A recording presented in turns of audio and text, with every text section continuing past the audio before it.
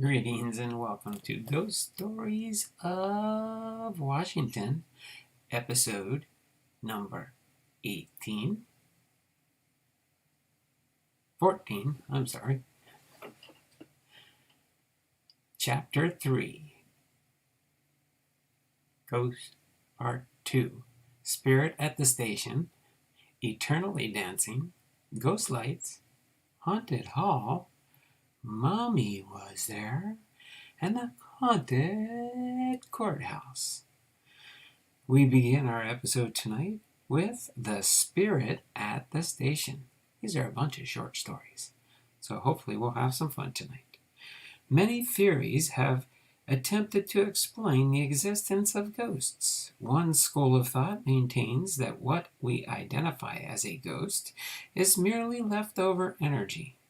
This theory is useful in explaining why places where traumas have occurred tend to be haunted.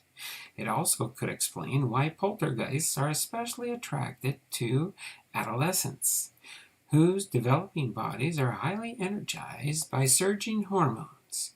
At the more mundane level, we often see that spirits are intrigued by electrical energy and can draw attention to themselves by turning appliances such as washing machines, televisions, and VCRs on and off.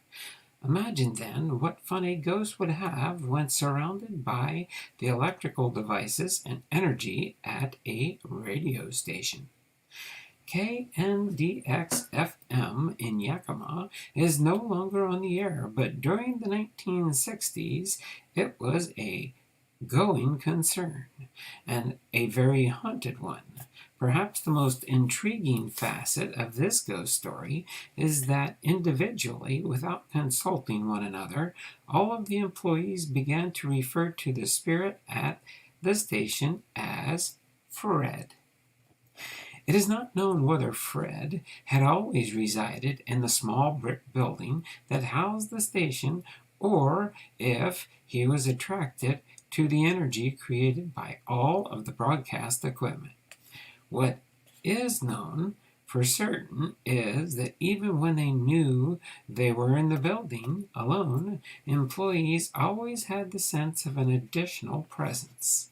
Kirk Williamson, who worked at KNDX, felt that he was rarely alone at the station's control room. Rather than being frightened by the constant presence, though Kirk was reassured by it, and would actually feel uneasy if he didn't sense that Fred was with him. Unlike other radio station ghosts I've heard about, Fred did not play practical jokes. He was content to merely be present. In our next adventure here, it's entitled Eternally Dancing. Eternally Dancing. In 1933 on West Beach, south and west of Pier 70, dozens of witnesses watched in fascination as the apparition of an elderly Native American man suddenly materialized. The manifestation seemed to be unaware of those around him. The dignified vision walked along the sand of the beach slowly, but with seeming purpose. After traveling several hundred yards, the man's image simply vanished into thin air. Unfortunately, no reports remain to indicate whether any of the witnesses to the ghostly appearances and disappearance thought to check for footprints in the sand.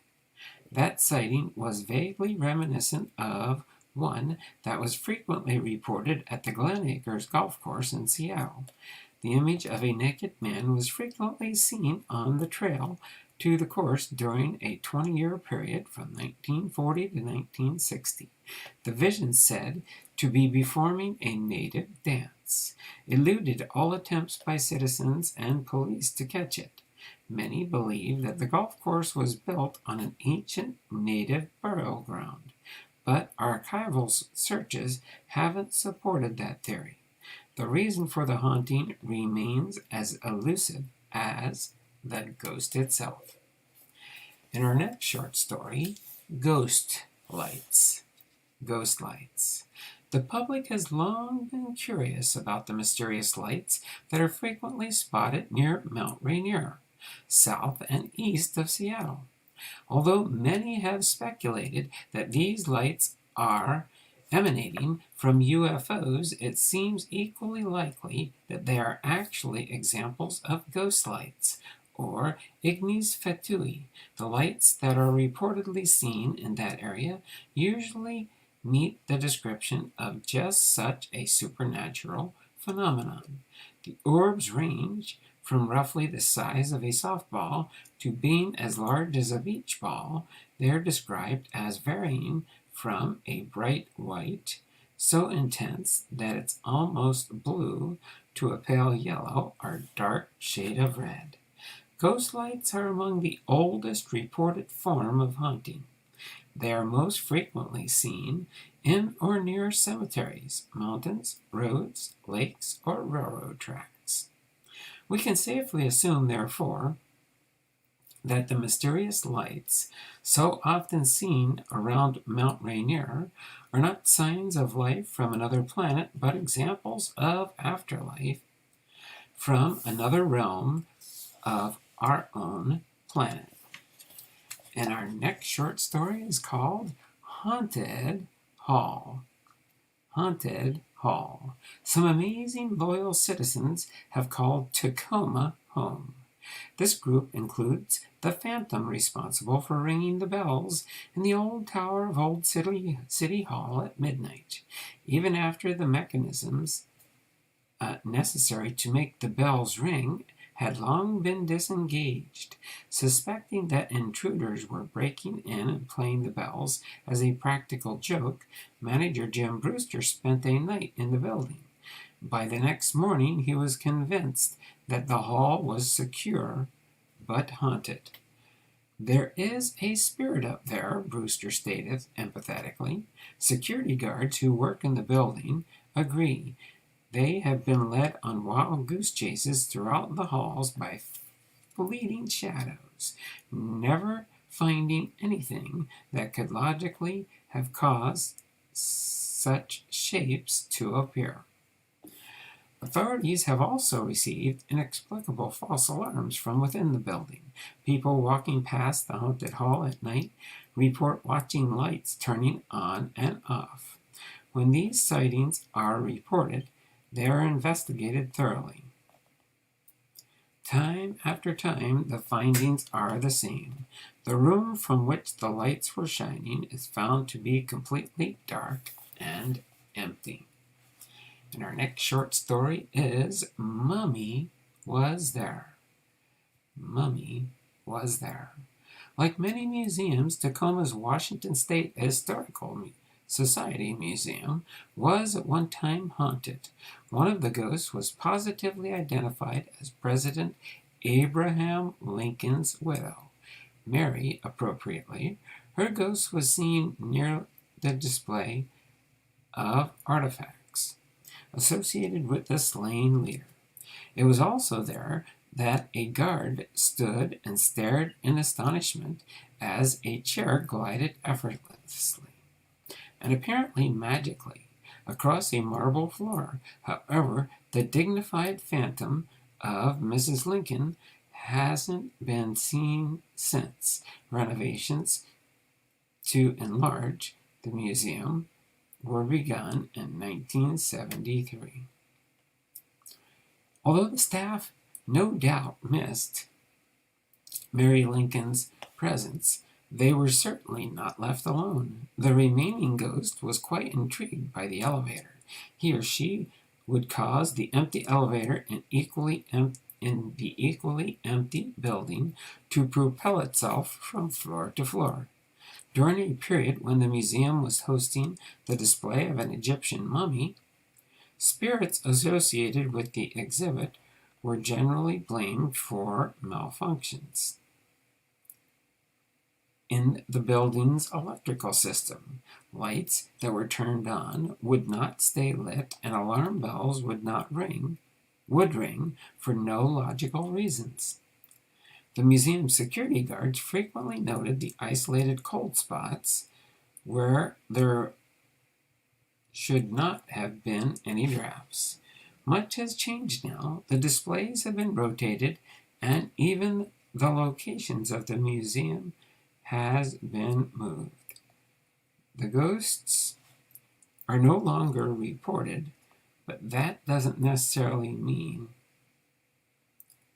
that the new building is free of phantoms. And then our last story for this episode, it's entitled Haunted Courthouse.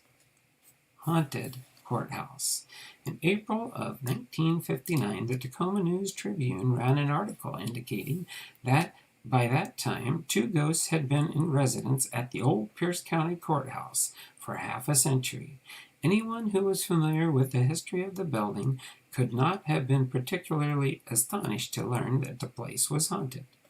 After all, archival documents refer to numerous hangings that were performed in or from the window of the courthouse's dusty, dingy attic.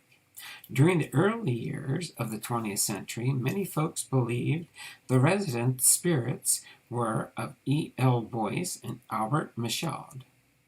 Legal records show that each of the 2 men was found guilty of killing his own wife. That their spirits stayed behind to haunt the building is hardly surprising. What does seem a bit odd, however, are the descriptions of the entities, spectral entities. Presumably both Boyce and Michaud were, at the time of their executions, angry and menacing individuals, but in death their presences were described almost fondly as being mischievous. Because the stately old courthouse no longer serves as judicial function, and because the new county buildings are touted as having bright ghost-proof lights, chances are good that both Boyce and Michaud have finally left the Pierce County legal system in peace. Hopefully you enjoyed those 6 short stories, and hopefully you look forward to seeing the next episode when we do come back with Ghost Stories, episode 15, in our next episode. So until then, take care, have a great and wonderful night, and be careful. Somewhere lurking out there might be something lurking in the archives somewhere. Watch where things might go. Take care. We'll see you again soon. Bye for now.